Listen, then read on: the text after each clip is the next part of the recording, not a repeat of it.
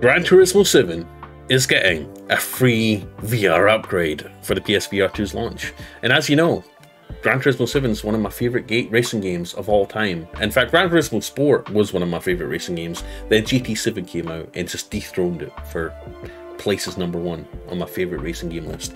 Anyways, guys, let's get into it. I'm Blaze2K. If you love gaming, love tech, and want to see more YouTube content and news on your YouTube homepage every single day, please do me a solid favour and click the like, click the subscribe, click the bell icon so you're always notified of new gaming news.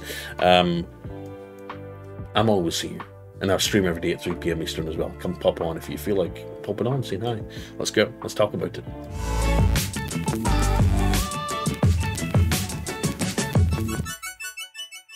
So this article comes courtesy of The Verge. Gran Turismo 7 is getting a free VR upgrade for PSVR2's launch. Now, if you know anything about Gran Turismo in VR, you'll know that Gran Turismo Sport had a VR mode where you could sort of race around tracks, no online.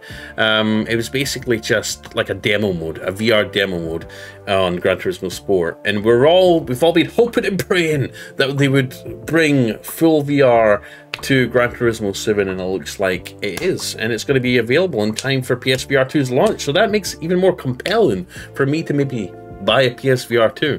Now, Beat Saber, one of the marquee VR games, is also coming to the platform. That was a given. I mean, Beat Saber is one of the most popular, if not the most popular VR game on the market across all platforms. Oculus Quest, HTC Vive, PlayStation VR, so that was, you know, I figured that was also coming.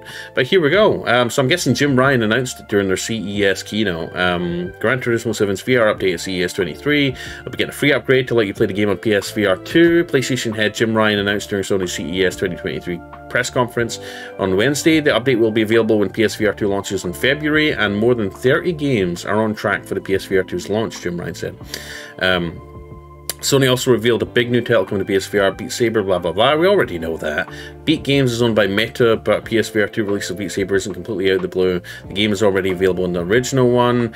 PSVR 2 promises to be a big upgrade over the first PSVR, with support features like an OLED screen, 110-degree field of view, support for 4K HDR, frame rates up to 120 Hz, not the 90 Hz that's in an Oculus Quest, or Meta Quest I should say.